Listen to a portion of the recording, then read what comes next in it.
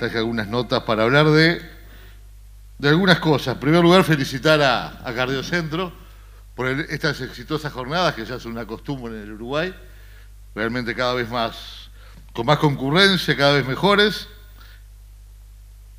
Agradecerle a los visitantes del exterior que nos acompañan. Y bueno, no sé qué le voy a decir, si a Daniel lo voy a agradecer o no, que siempre me pone para cerrar la jornada, esta vez después del profesor Correa, después del profesor Schubert y después del presidente, es muy difícil hablar, y a la hora que es, y todavía el tema que eligió Daniel, porque el tema lo elige Daniel siempre. Hace 2 años a Cura se le ocurrió la historia de la española, después se le ocurrió el futuro, y ahora Daniel quiere que yo hable de la vigencia del mutualismo en el siglo XXI. ¿De dónde venimos, a dónde vamos, dónde estamos? Y esto es todo medio futurología, es hablar casi de eso que va Ferreira, hablaba de un fermentario, comentar algunas ideas simplemente para pensarlo. ¿De dónde venimos? Bueno, el mutualismo, algunos estudiosos dicen que viene de Grecia, otros que de Roma, otros se encuentran en origen en el Antiguo Egipto, pero el moderno, tal cual lo conocemos, aparece en el siglo XVII en Inglaterra, justamente dedicado a la salud, fines del siglo XVII, principios del XVIII, después en Francia, la Sociedad de Socorros Mutuos, que de ahí van para España, que a mediados del siglo XVIII, un poco en la primera mitad del siglo XVIII, las Sociedades de Socorros Mutuos vienen a sustituir a las antiguas cofradías y hermandades medievales. Y es de esas Sociedades de Socorros Mutuos que Ullo, Cordero y Roldós, cuando emigran a América, en medio de la Guerra Grande, traen la idea de la mutualidad y con la que funda la Española hace 166 años dentro de unos días. Suelo decir en algunas otras, el año pasado o en alguna otra de las charlas, que el mutualismo, además de tener este origen histórico, tiene origen biológico. Ustedes que estudian biología lo saben mejor que yo, que se hablaba de mutualismo tanto en sentido de organización social como de el mutualismo biológico, de esa interacción entre dos especies distintas que se ayudan mutuamente, el pajarito que le come los insectos al rinoceronte, etc. No sé por qué la Real Academia Española el mutualismo biológico lo eliminó en las últimas 3 ediciones, porque lo fui a buscar el domingo para poner las definiciones textuales y no lo encontré. La última vez que lo definió sí fue en el 89. Pero esto implica en realidad que esta cooperación entre seres vivos está insertado en algo de lo que decía el profesor Correa, hoy en las partes más antiguas del cerebro, y eso tiene implicancias neurobiológicas, que alguno algún día las estudiará. Pero lo que es importante es que si tiene esas implicaciones neurobiológicas, es más fácil de trabajar el tema del mutualismo si existen esas implicaciones o si no, sobre todo para afrontar los desafíos del siglo XXI, que voy a ver en un rato. El mutualismo en el Uruguay nace en 1853, el 25 de septiembre, más precisamente a las 13 horas de un día domingo, cuando se funda la Española. Después se fundan asociaciones españolas en el interior, casi en todos los departamentos. En Montevideo nacen mutualistas étnicas, después religiosas. En Salto aparece el género, la primer mutualista de señoritas, porque las primeras eran solo de hombres. Luego viene la medicina colectiva, que se llama impropiamente mutualismo en general, que se va haciendo imagen y semejanza del mutualismo, pero no igual. Yo hacía un símil y decía, no digas eso, pero voy a decir, dice la Biblia que el hombre fue hecho imagen y semejanza de Dios. Yo digo que la medicina colectiva fue hecha imagen y semejanza del mutualismo, por eso no es tan perfecta como el mutualismo. Bueno, nacieron cientos y se cerraron cientos de mutualistas, como decía el presidente Gerardo García recién. Hay algún inventario que habla de más de 200 que quebraron después de 1853. Y durante estos 166 años han habido muchos cambios sociales, económicos, políticos y científicos. Y yo voy a hablar de 3 años o 3 décadas para ver cómo evolucionó esto. En 1853, cuando 39 españoles fundan nuestra institución, hacía 2 años que había terminado 2 años que había terminado la Guerra Grande. En realidad no hacía 1 año y 11 meses que había terminado la Guerra Grande. Eran los inmigrantes que habían peleado de los 2 lados porque dentro de los fundadores de la Española hay algunos que habían peleado en el gobierno del Cerrito y otros que habían peleado en el gobierno de la Defensa. No sé si habían peleado, porque Cordero había fundado la primera escuela en el gobierno del Cerrito, así que no sé si estaba en los combatientes o en los otros. Pero bueno, estos inmigrantes, después que se quedan, después de la paz, esa que decían que eran ni vencedores ni vencidos, se quedan, consiguen trabajo estable, empiezan a formar familia, forman la clase media, algunos son empleados, otros trabajadores independientes. Dicen, bueno, tenemos que ver ahora solucionar el tema de la salud. Y en esa época había salud para pobres, en el Hospital de Caridad, que es el Maciel hoy, y salud para ricos, salud privada. Pero no había salud para la clase media. Y los ricos durante 2 años, según cuenta el fundador Bush en una carta, los españoles ricos durante 2 años obstaculizaron la fundación de la Asociación Española. Es decir, que la idea estaba en el año 1851 y durante 2 años tuvieron que ir lidiando hasta que dijeron, bueno, no les damos más corte y lo fundamos nosotros. Y ahí nació la Española. Un año después nace la Sociedad Francesa de Socorros Mutuos, que la Española la absorbió en el 76. Y luego Bullo se lleva a las Ideas Mutuales Argentina, funda en Rosario una mutualista, funda otra en Buenos Aires. Y en esa época hay otra cosa importante o significativa a tener en cuenta. La tecnología era muy poca, teníamos un boticario y un sangrador, y había muy pocos médicos, y la mitad de los médicos de la Española eran alópatas y la otra mitad homeópatas. Y bueno, esa era la situación del mutualismo en esa época. Se funda la Española, la francesa, después viene la italiana, el círculo napolitano. Y 100 años después, ¿qué pasa? Segunda posguerra, somos los mejores del mundo, ¿verdad? Como dijo el presidente, ganamos el 30 y ganamos el 50. Así que en la década del 50 éramos los mejores del mundo. Exportamos todo el agro, el estado de bienestar ballista estaba al máximo, la clase media era la clave del país, había una integración total en el barrio, en el mismo barrio vivía el dueño de la fábrica y el empleado, se internaban en la misma habitación doble de la mutualista, el dueño de la fábrica y el empleado, iban a la misma escuela los hijos, al mismo liceo.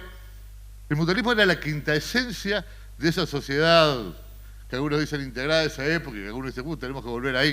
Estamos hablando que ya pasaron casi 70 años de esa época. Y la Española en esa época inicia su proceso de descentralización. En la década del 50 se fundan las primeras 4 policlínicas. ¿Y dónde se fundan? En esos barrios integrados donde vivía el patrón y el empleado. En el Cerro, en Belvedere, en Brazo Oriental y en La Unión. ¿Y cómo es la situación social y en la salud 50 años después? En el 2000. Se vino la crisis del 2002, ¿verdad? La salud tiene un modelo fragmentado. Empieza a cambiar el modelo de convivencia social. Ya no van todos a la misma escuela y al mismo liceo. No viven todos en el mismo barrio. Uno vive en barrio privado, como Daniel. Yo había comprado en La Tabona, no llegué a vivir, simplemente porque me gusta vivir cerca donde trabajo, y La Tabona es un poco lejos de la Española, así que la vendí después. Pero aparecen los barrios privados. En la salud aparecen elementos comerciales que nunca habían aparecido. Óscar Magurno siempre decía que el hospital británico había transformado al parto en un hecho social, que las tías iban a tomar el té, etcétera, etcétera. Aparece la intermediación lucrativa en los años 90, que todavía sigue, ahí anda Torres peleando en la Junasa el tema. Aparece el descreme en la década de los 80. Hay algunos que se llevan los afiliados jóvenes y sanos, y otros nos quedamos con los viejos y los enfermos. Aparece la habitación privada, que no se concebía en el antiguo mutualismo. Y se discutía hacer un bien suntuario un elemento de la salud biopsicosocial. En el año 99 yo integraba el Consejo Directivo de la Española, y hacía 10 años que se venía discutiendo si la Española podía tener o no habitación privada. Pero esos fueron los cambios. Y los cambios del 2000 viene la reforma del SNIS, el sistema de salud, después de toda esa quiebra de instituciones, con la aparición del Frente Amplio en el gobierno, cambio de modelo de gestión, cambio de modelo de atención y de financiamiento. Y el SNIS está lleno de tensiones. Lleno de tensiones porque tiene por un lado el sistema y por otro lado libertad. Los que conocen los sistemas de Europa saben que no hay libertad de elección. Uno entra por donde tiene que entrar, darle pase si se lo dejan dar, etc. Competencia y complementación. ¿La salud es un derecho o una mercancía? aparece además la autonomía del paciente. Hasta 10 años antes, 15 años antes, era el paradigma típico de la década del 50, por ejemplo, del paternalismo médico. Ahora aparece el empoderamiento del paciente, la autonomía extrema o atenuada, y como Harari define que el consumismo es el sumum del capitalismo, estamos en esa década del 2000, 2010, en el cual aparece una cantidad de elementos de consumismo en la salud como nunca habían aparecido. Podemos ver listas de medicamentos que representan ese consumismo, podemos ver prestaciones que representan el consumismo, o podemos ver la duplicación de afiliados de los seguros privados, que sin duda representan un elemento de elección de institución de salud por razones no estrictamente técnicas, sino de pertenencia a un grupo, etcétera, que tienen que ver también con elementos de consumo. Yo eso no lo estoy jugando que está bien o mal, simplemente estoy diciendo, es un hecho. Y podemos acompasar todo esto que viene. Y entonces digo, bueno, ¿cuáles son los desafíos? Hasta ahí llegamos. ¿Qué desafíos tenemos en el siglo XXI? Entonces lo que decidí el miércoles, que no sabía para dónde iba a agarrar lo que iba a decir, agarré el libro de Harari, el último, 21 lecciones para el siglo XXI. Y bueno, vamos a ver qué dice este hombre. Él es vegano y yo soy carnívoro, así que no comparto todas las cosas que dice Harari. Pero cuando los que tenemos 50 y pico, 60, estudiábamos hace 20 años sobre el futuro, la referencia era Alvin Toffler. Nos hablaba del cambio del poder, el power, la tercera ola. Pero bueno, ya todo lo que dijo, lo que vaticinaba Toffler ya fue superado con creces. Entonces vamos a buscar a otro. Bueno, y parece que plantea algunas cosas interesantes de Harari para esta reflexión sobre el mutualismo en el siglo XXI. Mundo global, dice, estamos atrapados en sus telarañas. Y subraya algo interesante, al final del siglo XX parecía que todas las grandes batallas ideológicas entre el fascismo, el comunismo y el liberalismo se habían acabado y que habían sido ganadas por goleada por el liberalismo. Pero resultó que después del 2010 el liberalismo está en apuros, liberalismo en el sentido amplio, de ideologías políticas que postulan tanto igualdad como libertad. Y parece que tuvieran razón los filósofos posmodernos, como Bayán y Batismo, etcétera, que dicen, se acabaron los grandes relatos, se acabaron las grandes ideologías, se disolvió todo en esa modernidad líquida, ¿y qué hay? Aparecen ideologías regionales que intentan ver que suplen, pero no sabemos para dónde vamos. Aparece el islamismo por un lado, la Rusia de Putin, que no tiene nada, que es más bien nada que ver con las otras Rusias, o capaz que sí tiene que ver con los zares. China, que anda ahí entre el comunismo y el capitalismo, los nacionalismos nostálgicos que andan por otros lados. Y bueno, y no sabemos muy bien cuál es el desafío social en el que nos vamos a insertar durante el correr del siglo. Pero tenemos los otros desafíos que son, primero el tecnológico, la infotecnología y la biotecnología.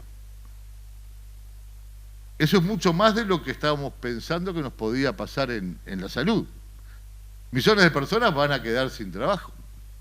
Eso no quiero hablar ya no hablar del robot que pusimos en la farmacia, que nos bautizamos Manolo. Porque el desafío del trabajo es que en las revoluciones tecnológicas anteriores afectaban solo una capacidad humana, la capacidad física. Pero la actual afecta a la capacidad cognitiva. A mí me gusta mucho el ajedrez, como ustedes saben, el doctor Mira le gusta, estoy seguro que él no podría jugar con el Alfa Cero. Bueno, con Stockfish tampoco me parece, ni con Deep Blue. Pero Deep Blue en el año 97 fue un programa que le ganó a Kasparov, que era el campeón del mundo. Luego había un programa que se llamaba el Stockfish, hecho por los mejores, por una élite de grandes maestros de ajedrez con una élite de programadores de computación que estaba aplanando a todos los programas. Tenía el mejor banco de datos de ajedrez, de apertura, de jugada, pero unos tipos dedicados solo a la computación inventan uno que se llama Stockfish. Estuve mirando el miércoles cómo juega. Stockfish no le cargaron ningún conocimiento de ajedrez. Aprendió a jugar al ajedrez en 3 horas, jugó un match a 100 partidas con el Alfa Cero. Jugó un match a 100 partidas con Stockfish, empataron 94, pero el otro le ganó 6. Es decir, que no logró ganar ninguna, un programa con cero conocimiento de ajedrez. ¿Eso qué significa? Que la automatización va a entrar en guerra con nosotros, va a estar entrando a competir con nosotros, es la inteligencia artificial. Ese es el gran desafío que tenemos. ¿Qué vamos a tener en la medicina? ¿Qué vamos a tener?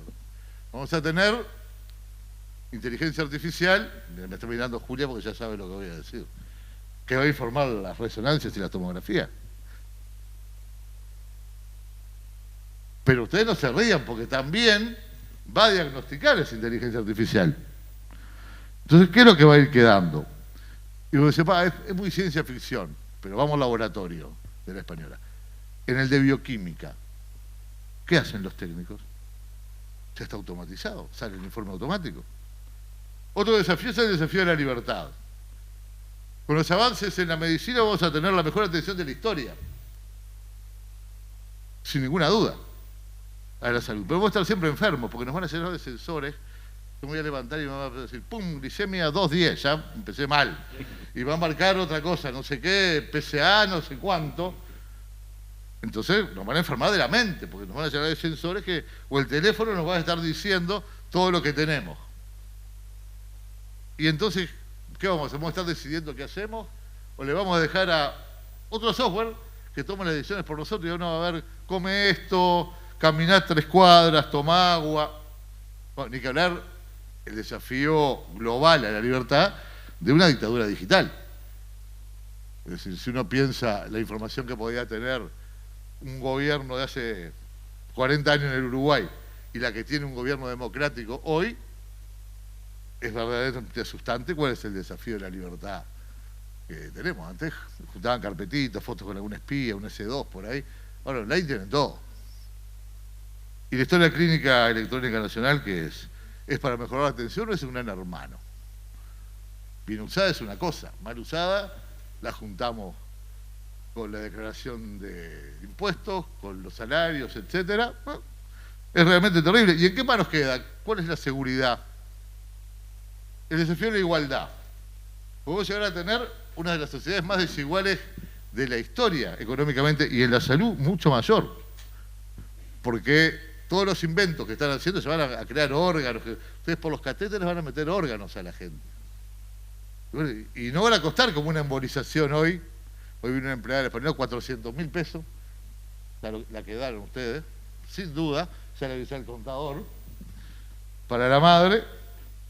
Pero ya no va a ser de 400.000 pesos, va a ser de 400.000 dólares, 4 millones de dólares, y la gente va a comprar 100 años de vida, 50 años de vida, y otros no van a comprar ni aspirina. Es lo que Harari dice, pone un ejemplo, dice, la gente va a comprar más de 100 años de vida en poco tiempo. Algunos, ¿cuánto van a ser? ¿El 1%? Va a crear una élite que nunca hubo. Entonces, ¿cómo vamos a enfrentar en las instituciones mutuales? Tenemos 166 años de historia. Pasamos el mutualismo en el Uruguay, no solo en la española. Pasamos por todos los regímenes políticos que han habido en el Uruguay, excepto el gobierno del Cerrito y de la Defensa, y el gobierno de Rivera y Oribe, por todos los demás. Todos los ministros de Salud Pública han pasado y nosotros seguimos. Siempre se lo digo a los ministros de eso. Y a los que se aspiran a ser ministros también se los advierto. Si hay un aspirante por ahí, le vamos pasando la advertencia. ¿Y dónde está el secreto de esto? El secreto de esto es la tradición en el sentido fuerte. Yo sé que la mayoría son médicos, acá no importa mucho la filosofía, por suerte hay algunos que le importa la pintura y después me complican a mí. ¿Qué hablo yo después de lo que habló de pintura él? Y de lo que habló de humanismo el profesor Correa. Pero bueno, Heráclito y Parménides es básico, ABC, etapa del libro del liceo, el ser y el devenir, de eso nos acordamos, el río, que no pasa 2 veces el mismo río.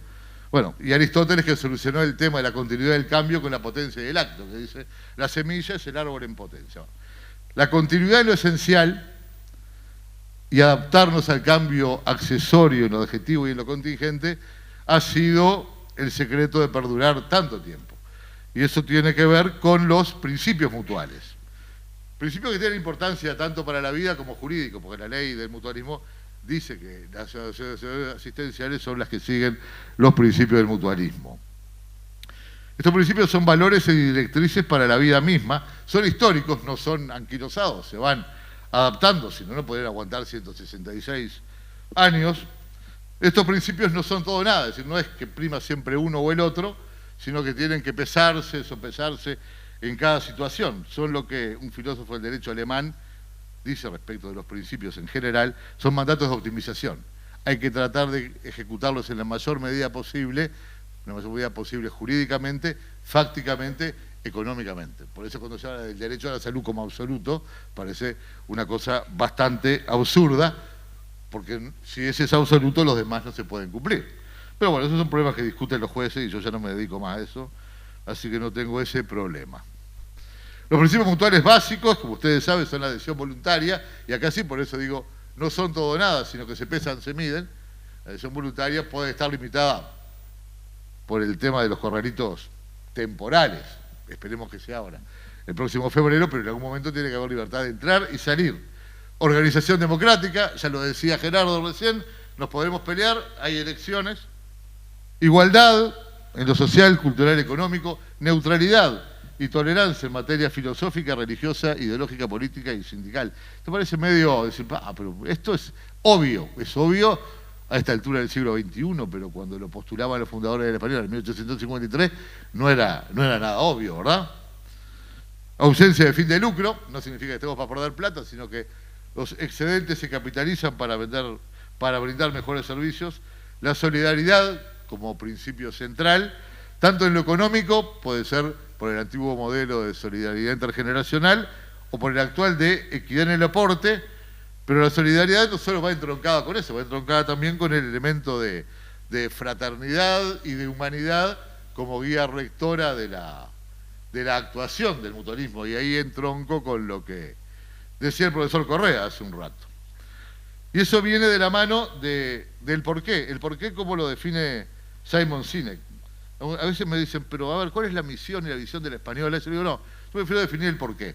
Porque la misión y la visión me suena a consultores que redactan una frase, ponen un cuadrito, lo ponen en la pared y después no le dan pelota.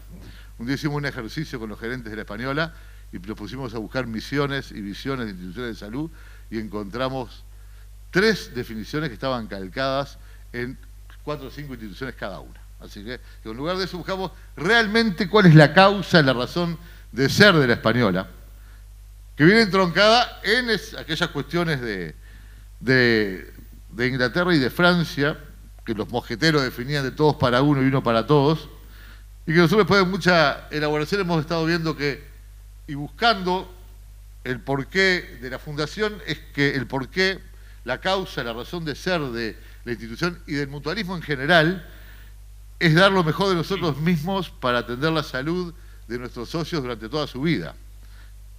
Y esto deben ser los elementos inspiradores centrales que guíen el accionar del mutualismo para afrontar estos desafíos del siglo XXI, para ayudar a las personas a afrontar los desafíos, porque en realidad el mutualismo no es un fin en sí mismo, sino que es un instrumento de ayuda mutua, de socorro mutuo, como dice el mismo nombre de la institución, un instrumento de socorro mutuo para poder entre todos hacer más fácil lo que aisladamente sería más difícil. Y entonces en el trabajo médico, en el trabajo de la enfermería y otros trabajadores de la salud, creemos que los humanos tenemos, lo recordaba recién el profesor Correa, tenemos cuerpo, tenemos sentimiento, tenemos sensaciones. Entonces, en el desafío del siglo XXI, si va a venir la inteligencia artificial a diagnosticar más rápido y con más precisión, lo que nunca va a poder brindar es lo que va a tener que brindar el personal de la salud, que es el calor humano, el humanismo. Y no hay que decir, bueno, ahora vino la inteligencia artificial y vamos a bajar los costos. Va a agarrar Valcoro y el Ministerio de Economía y decir, bajamos las cápitas porque la inteligencia artificial es más rápido. No. Hay que aprovechar esos adelantos para actuar con humanismo, como decía Correa, con humanismo hacia el médico y hacia el personal de salud en general y hacia el paciente. Eso implica que el desafío de la infotecnología y la biotecnología es, vamos a utilizar estos adelantos para mejor eficiencia y eficacia. Pero no va a ser para decir recortamos costos, lo que vamos a tener que decir es, bueno, los médicos van a vivir mejor, van a trabajar menos horas y ganar lo mismo, me decía mi hija Lucia, bueno, bárbaro, como en Galicia, que a las 3 de la tarde cierran las policlínicas. Ustedes saben, en Galicia los hospitales cierran las policlínicas a las 3 de la tarde. Uno va a las 4 a un hospital, yo fui a hablar con el director del Santiago de los Compostela, y era un hospital fantasma a las 4 de la tarde. Apenas estaba la guardia. Y además, aprovechar todo ese tiempo para en la consulta explicarle al paciente. Decirle de qué se trata. Tratarlo como un ser humano. Ir, como decía Correa, es la segunda vez que coincidimos en una charla y por suerte vengo coincidiendo con el profesor, me toca hablar después, lo cual es complicado, cualquier cosa les muestro, no lo inventé ahora, lo había escrito. Ir no solo a la razón de explicarle el procedimiento, sino también ir a la parte emocional de los pacientes. Y el desafío de la libertad viene por este lado también. La autonomía del paciente, que por un lado se postula cada vez más el empoderamiento del paciente, la privacidad y la intimidad del paciente. Por eso el tema de explicar, brindar seguridades ante todo este gran monstruo infotecnológico de que vamos a depender. Entonces no bajar las horas de atención, reconvertir el tiempo.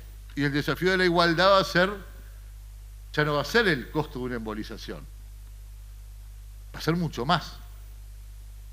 ¿Y el Estado hasta dónde va a poder solventar y aumentar la canasta? ¿Va a poder aumentar la canasta al infinito? Ya no lo aumenta hoy. ¿De dónde salen los recursos?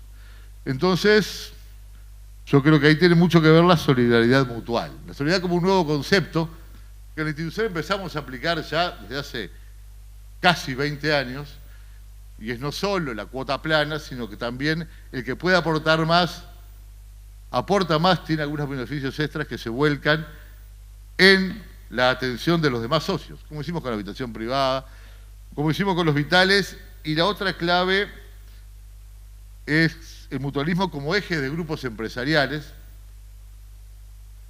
desarrollando actividades empresariales, no importa la forma jurídica, pero sí con espíritu, valores y principios mutuales cuyos excedentes se vuelquen a las instituciones de salud para prestar mejores servicios y no más allá de los servicios básicos que pueden surgir de una mera cápita. Obviamente que hay limitaciones en las actividades, no se puede poner ni un cabaret ni un garito, ¿verdad?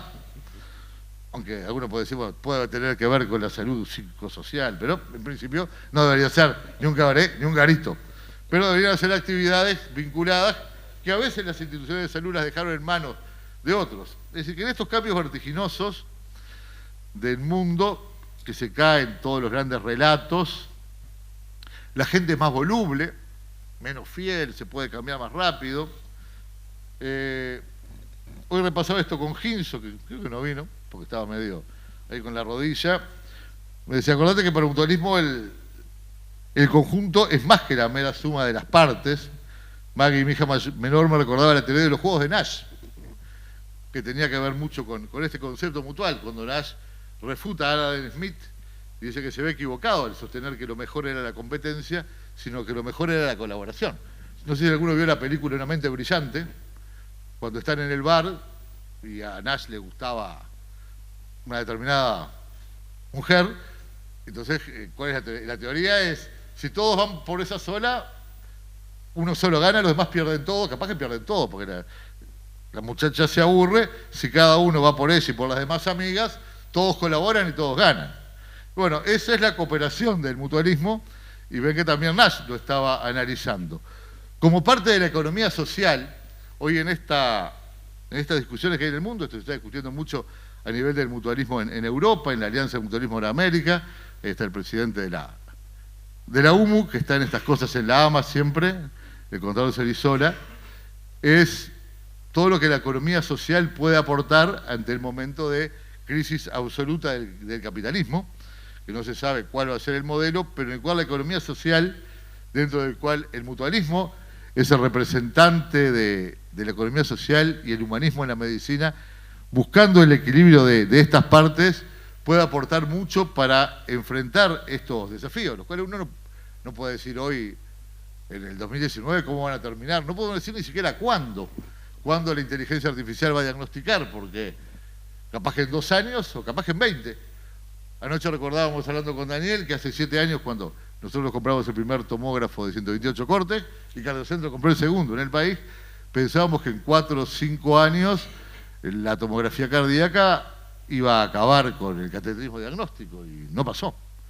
Y no se avisora que vaya a pasar muy cerca y de repente hay algunas cosas de las que se piensa que van a venir rápidamente con la tecnología y otras no. Pero creo que el principal aporte que podemos hacer desde el mutualismo es tener estas ideas, tener la idea de la solidaridad, de los principios de la economía social, de ese equilibrio y sobre todo lo que decía el profesor Correa hoy, del humanismo, que es el tema central para enfrentar los desafíos en la salud en el siglo XX. Y creo que el mutualismo, en la medida de que no representa intereses económicos particulares, sino que representa los mismos intereses de los mismos pacientes, tiene mucho para poder aportar para enfrentar estos desafíos. Así que bueno, esto simplemente, como decía Abad Ferreira, ideas a título de fermentario para ir pensando. Muchas gracias.